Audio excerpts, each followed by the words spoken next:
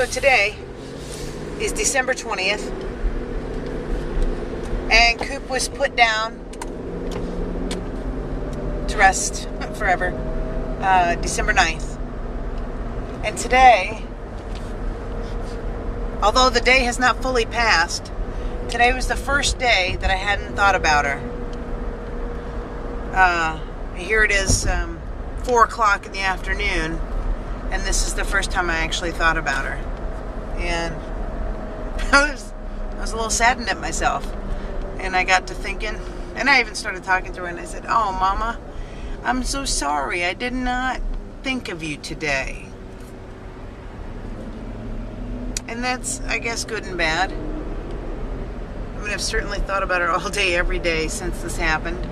I've cried till the 11th and 12th. And she's just been on my mind after that all day. Every day. Everything that I was doing reminds me of her. And all of these thoughts, I just had these triggers that, all of the things that I needed to do for her and how to consider her. And,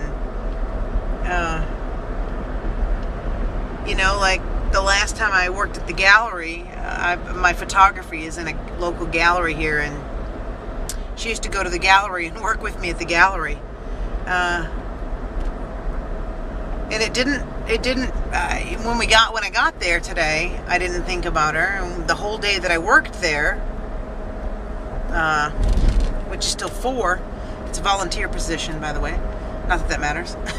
I guess because I said worked. Anyway, I didn't think about it the whole day, but then when I went out to my car at 4 o'clock, and like I said, now it's 4:20. Usually she would have been waiting out in my car. Sometimes she'll come in and stay with me in there for a while. Sometimes she stays the whole day. Here towards the end, I was worried that she was going to maybe soil the floor a little bit. So I brought her with me, but she stayed out in the car. And that was nothing new for Coop. She stayed out in the car a lot. So anyways, she would wait out in the car, and I'd go out and see her every once in a while. And I can remember the last time that I worked the gallery, I went out to the car a few times to check on her, and there she was, just sleeping as sound as she could. And I'd pet her, and she picked her head up to look at me. I said, "Hey, Mama girl, sleeping?" She would sleep so hard that you could literally like rock her, shake her, and she just wouldn't wake up. But anyway, today was weird, and so it's getting better for sure. But there are things that I really miss. Like right now, she'd have been in the car with me after the gallery, and I certainly miss that. And she'd probably be going to the gym with me right now. She used to go everywhere. She lived in a car. She did. Every place I went, that girl went. And she would, she'd pick her head up and put it on that back seat. I miss that. At night, I feel like I can still, hear her. Like she's still in the house. Sometimes I think I hear her scrape her paw across the floor, and I have trouble going to bed at night still. I think it was last night or the night before that. I was laying in bed just thinking about her and thinking about how she used to come and get me in the middle of the night. Sometimes she'd have an accident. Other times she was needing to go potty because she was about to have an accident.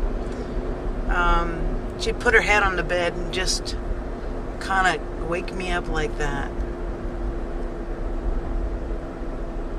She'd lay it on the bed like this, and then she'd go.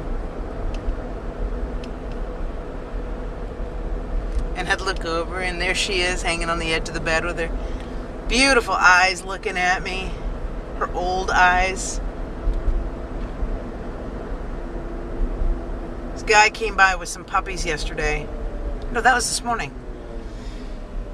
Oh, that's funny. I didn't even think about her. Huh.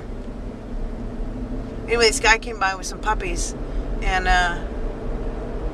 he's looking for some homes for them, and I love puppies, and I was loving on them. One of them was rather aggressive, and so I kept my distance from him, but that was certainly nice to see young, fresh, puppy, and all the happiness and the excitement and the energy and the joy.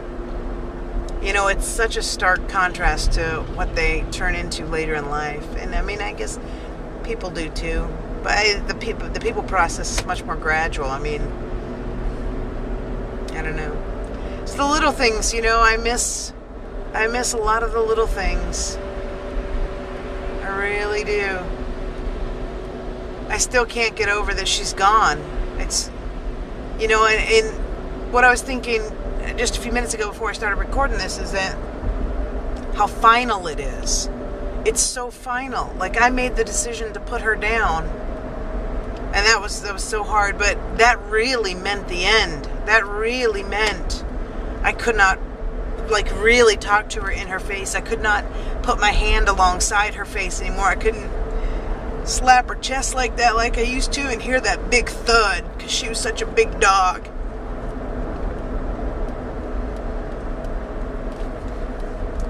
And I think I still struggle, obviously. I still struggle with that. That it was so final. And then I was thinking, we really shouldn't be allowed to make that decision. It was too easy to make the decision to put her down. It wasn't like I was, like the doctor was like, no, I really don't think you should do this, or you need to consider doing this, or blah, blah, blah, blah, blah. It was just, okay, let's put her down. Got her in the car, went there. She got out of the car with me because she was doing a little bit better that day. Walked into her own death. I think I had the towel wrapped around her belly to help take some of the weight off of her leg. She walked right in there, and then I had to put her up on the table, and she was trying to be helpful always. Even getting in the car her last day, she tried to get in 3 times.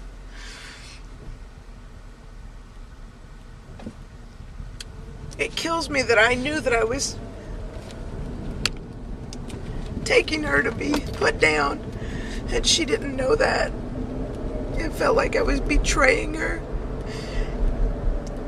trust, because she jumped into the back of my car so quick to go with me. And I felt like I betrayed her because I drove her to her death. And I keep trying to put it in my mind that I really drove her to her pain-free existence. Because she did need to be put down. She couldn't walk. And yet I can't drill that in my own head. That I did her a favor. I know that I did. She died in my arms. She took her last breath. And that decision is just so final.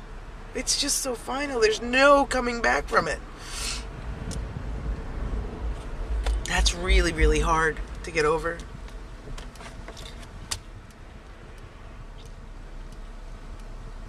The places in the house don't remind me of her anymore. Like, now we got Christmas stuff all over the fireplace. So the rocking chair that I had put there to kind of distract me worked really well. And now the Christmas stuff is there, and that works really well too. So I don't even associate that anymore, like, as being her spot. The one in the hall I still do. A little bit, like I bent down the other night and patted the air and thudded the air. Boom, boom, boom, boom. I talked to her. Because I think that's been helpful for me to... It's like one step from reality, Like I'm able to halfway have her there if I can relive my own situation enough. Or, my own moments that I had with her. So that was helpful. But I don't The Hall doesn't trigger me as bad as it used to.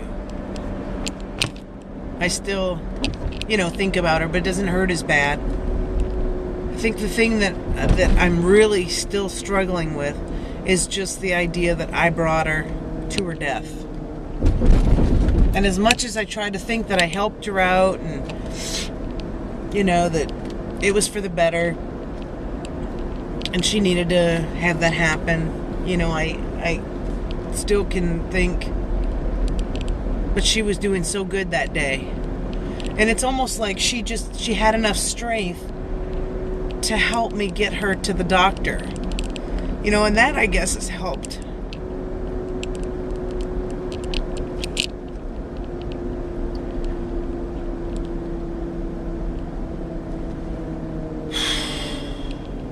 Yeah, still hurts.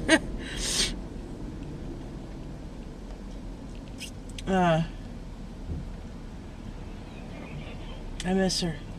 I still miss her. She was just such a big part of my life.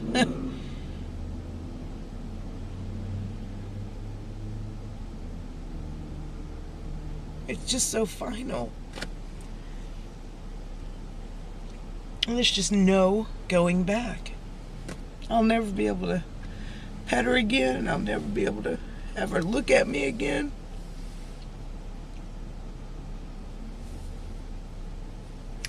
I have started going to the gym to help fill my time slot because here towards the end, she was such a high maintenance dog, like round the clock.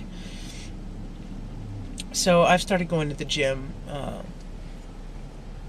fill some of that space, to let my endorphins rush naturally.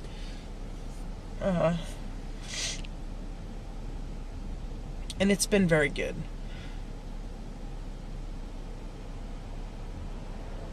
Oh no. Just hard. I didn't think I'd cry. But here we are. Oh, goodness. Keeps reminding me, just how much she meant to me. She lived in Alaska with me. She lived in Oregon with me. She lived in Mississippi with me. She lived in Tennessee with me. She lived back in Mississippi with me. Some people have said Coop was a very well-traveled dog. She traveled more than I did. And I was like, yeah, I guess that's true. She did go to a lot of places. And I just got 2 more cards in the mail from people who knew Coop and how Coop touched their life. And she was really well known and loved. People always said she was just so smart and so not respectful, but she was very good on a leash. When she had to be on a leash, she knew, she knew so much. She knew like the rules of the outdoors, of the trail system. Like she would go off the trail to pee. God, I can't get another dog right now. Sometimes I think I want to, and then I'm like, no, I can't. Because there's a little bit of me that does feel free. Like, now I could really do whatever it is I wanted to do. I would have never dreamed of leaving her long term.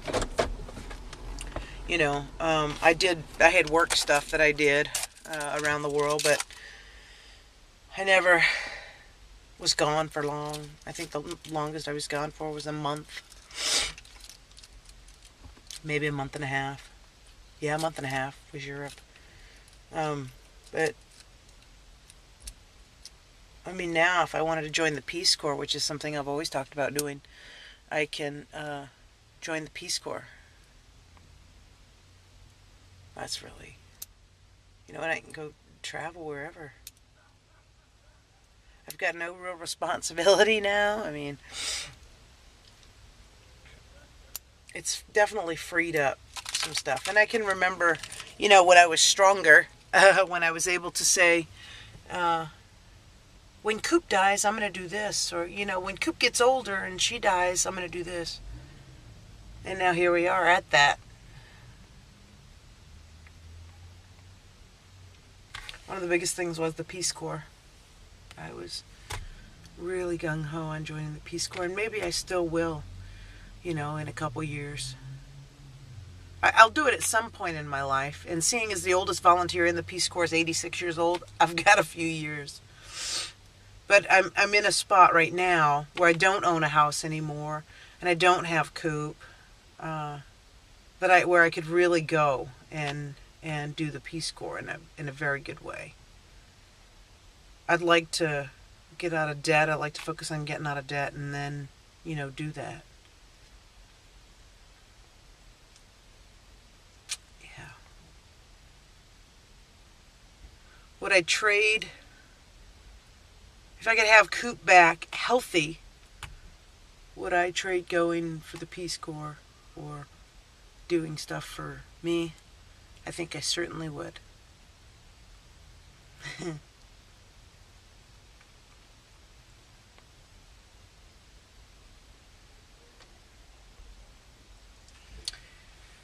I'd like this blog or this video series to move into some of the treatments that I did for Coop that I found very helpful later in life. Like I said, she had a number of things going on. She had pannus. She had pancreatitis.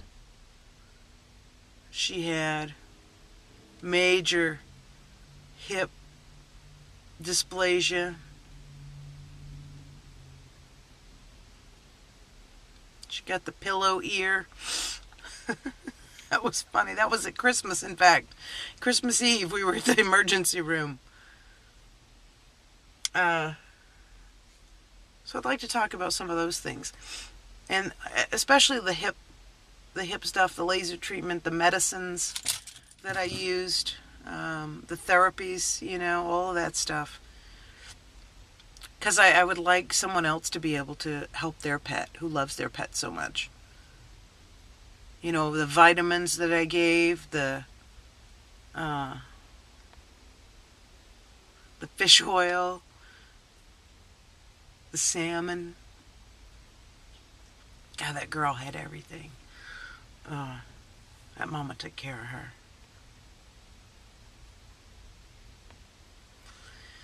So yeah, that's where I'd like for that to go. I gotta go to the gym now. My baby used to be right back there. And she'd be waiting for me if I'd go to the gym.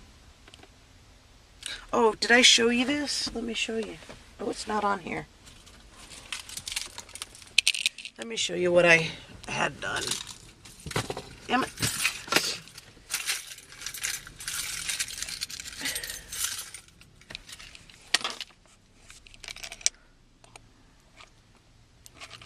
This is my Coop's ashes.